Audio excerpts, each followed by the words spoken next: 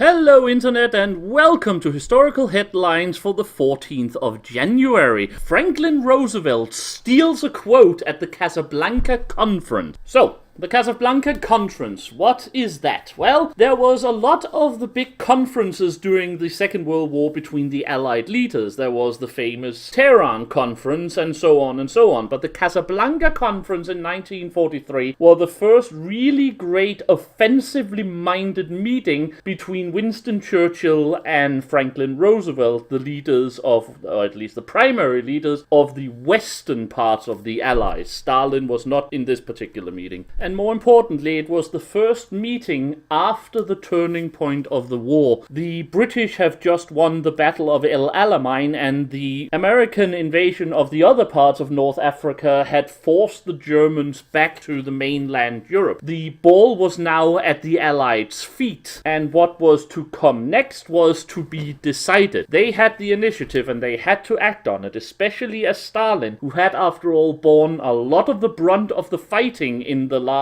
year and a half or so at this point, was pressuring the Western Allies hard for opening a second front in Europe to lessen the pressure on his Red Army. And at the Casablanca Conference, they came up with a solution. They also came up with what was probably the one thing that set the Second World War apart from almost all other conflicts fought in the history of the world up until that time, at least between, shall we call them, civilized nations. Unconditional surrender.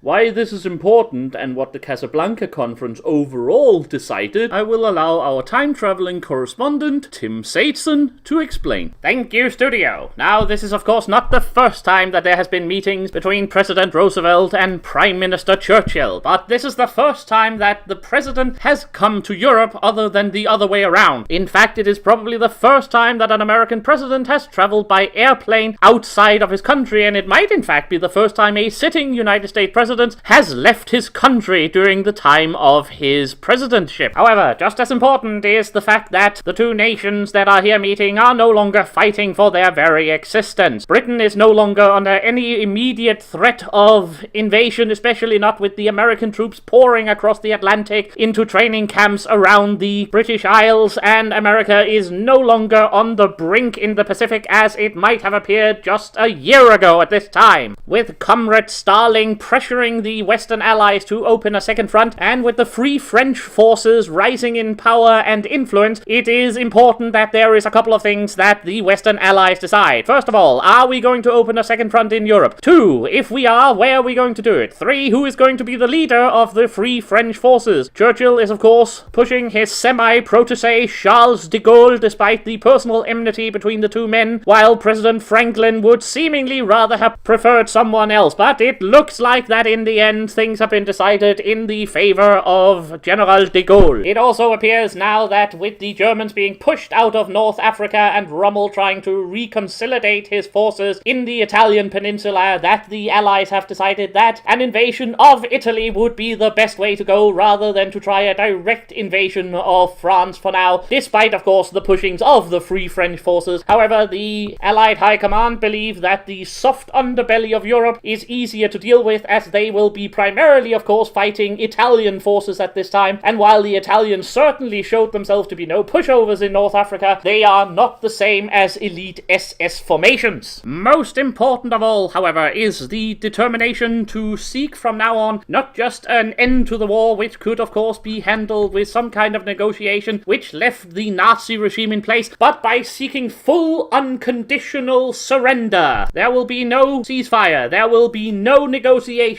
There will be nothing but fighting until the Germans are completely and utterly destroyed, unlike what happened at the end of the First World War. The Western powers is satisfied this time that only the complete destruction of their enemies will allow them to achieve the lasting peace that the rise of Hitler prevented following the Great War. With this in mind, with the Red Army pressuring now finally from the east, with the British air superiority being built up and the Germans suffering their first real military defeats, and with the unending and indestructible military and industrial might of the Americans now being fully realized for the forces of the Allies, things are indeed looking bleak for Nazi Germany. And instead of chatting with either President Roosevelt or Prime Minister Churchill, who has made their decisions very crystal clear at this point in the conference, we have instead a quick interview with the Chancellor of Germany, der Führer Adolf Hitler. Herr Hitler, what is your opinion on this meeting? This very major departure from the way practically all non-religious wars have been solved in the past. Do you now think that the implacable resolve of the Western and Eastern Allies will be too much for Germany to handle?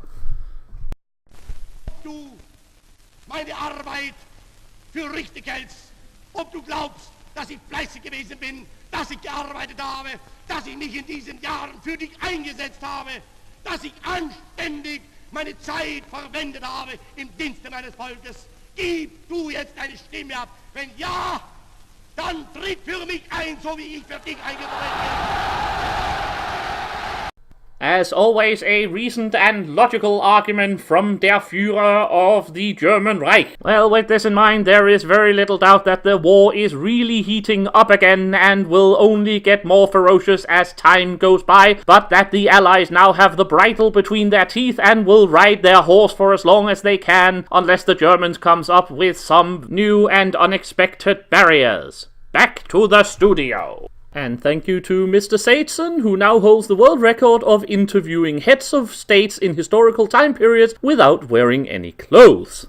Mr. Saidson, however, did touch upon the most important part of the Casablanca conference and why we are talking about it today. It was the conference where the Allies decided to go on the offensive. Well, they had of course already decided to go on the offensive, but where they agreed on the overall tactics of how they were going to go on the offensive. Germany had suffered severe losses in Northern Africa, and they were starting to suffer severe losses in the Russian winter, especially with Stalingrad coming up as it was on this particular point, and there was very little doubt that at this point Germany simply lacked the ability to fight on all of the fronts they would if they wanted to fight an offensive battle. So the Allies had all chances of attacking where the Germans were weak and they were strong, while building up an overwhelmingly superior force, as of course they eventually did towards the end of the war. But what I really wanted to talk about was the fact that, as Tim Saidson mentioned, unconditional surrender was first proclaimed as the Allies' goal on this conference. Something that had, again, as mentioned before, never really been seen to have happened before, unless we were talking about genocidal wars of religion or something in that magnitude. Practically every other single war, especially in Europe and in the West, had been able to be solved with some kind of negotiation. Very rarely, if ever, had a war been fought with the sole purpose of annihilating the other side's social and governmental systems. This was no longer just a war for survival. This was no longer just a war of treaties between various countries. This had now become a moral imprimatur to destroy the Nazis because they were evil and you could no longer negotiate with them, nor could you expect to live with them after the war. Even the most hateful time periods between the French and the English, or the Spanish and the French, or the Habsburgs and the Bourbons, or whoever, you had never really seen this desire to remove the other side's primary ruling class and replace them with something completely new. This was what Casablanca began with, and it all came down to that particular phrase, unconditional surrender, that Franklin Roosevelt stole without any kind of compunction